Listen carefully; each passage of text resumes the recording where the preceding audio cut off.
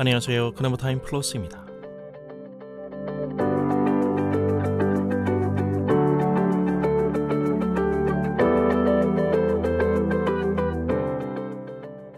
요셉의 형통에 대해서 조금 더 이야기를 해보죠.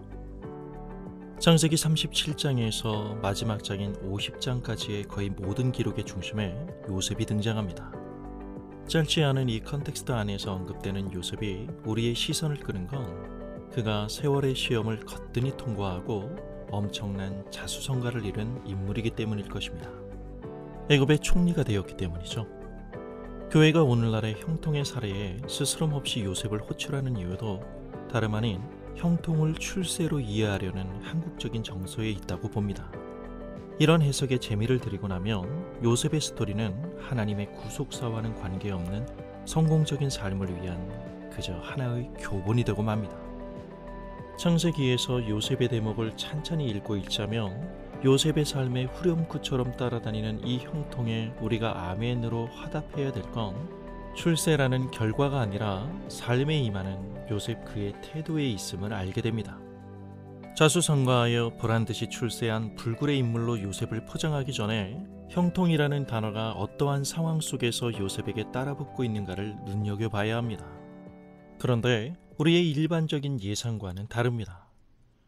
보디발의 노예의 신분일 때 모함으로 갇힌 감옥에서 미래의 희망조차 박탈당한 그 자리에서 요셉 그가 형통했다고 성경은 말합니다. 어라, 이건 뭐야? 인권이란 단어는 꿈도 못 꿀 불편하고 힘들게 짝이 없는 이런 상황이 형통이라고? 일반적인 사고 속에선 의구심이 피어오를 수밖에 없죠.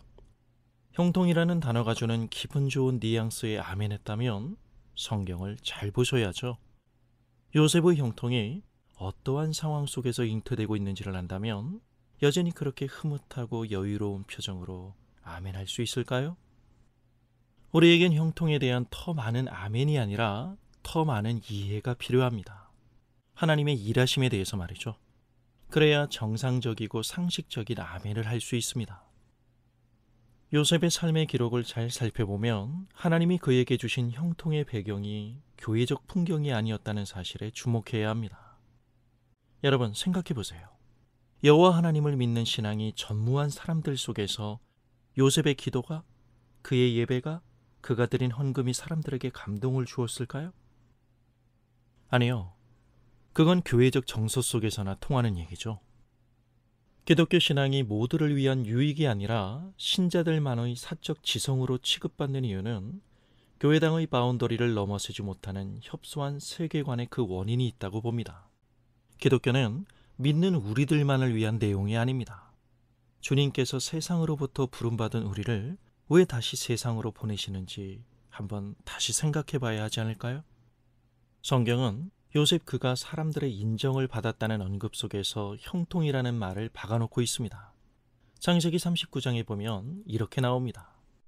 간수장은 감옥에 있는 모든 죄수들을 요셉의 손에 맡겨 무슨 일이든 요셉 마음대로 하게 하고 1절 간섭하지 않았다. 여호와께서 요셉 그와 함께 하셔서 그가 범사에 형통하게 해주셨던 것이다. 그렇다면 하나님이 주신 요셉의 형통은 사람들의 인정과 깊은 관계가 있다는 말입니다. 물론 일을 수행하는 능력도 능력이겠지만 아무리 능력 만땅이라도 자세와 태도로 비난받는 사람은 많습니다. 자신에게 주어진 능력이 올바른 관계 속에서 쓰여지지 않을 땐 사람을 향해 휘둘러질 수 있는 무차별적인 폭력이 되기 때문입니다.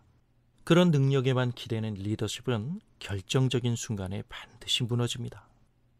감옥에서의 요셉을 생각해보죠.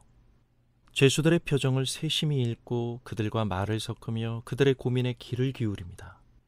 요셉이 해모한 꿈의 해석은 죄수로서 더 이상 세상에서 자기 목소리를 가질 수 없었던 사람에게 다시 희망을 찾아주는 일이기도 했습니다. 감옥에서나 바로의 왕궁에서나 요셉은 용한 꿈쟁이로서 명성을 떨친 것 같지만 실은 그 이면에는 사람에 대한 존중과 성의가 있었던 것입니다. 무엇보다 사람들과의 관계 속에서 열정 없이 대충 살지 않고 자기에게 맡겨진 일에 대한 성실함과 최선으로 임합니다. 하나님 아버지의 뜻을 행하는 것이 무엇보다 자신의 기쁨이셨던 예수님처럼 말이죠. 왜 요셉이 구약의 인물 중 예수님을 가장 잘 구체적으로 예표하는 인물인지 아시겠죠?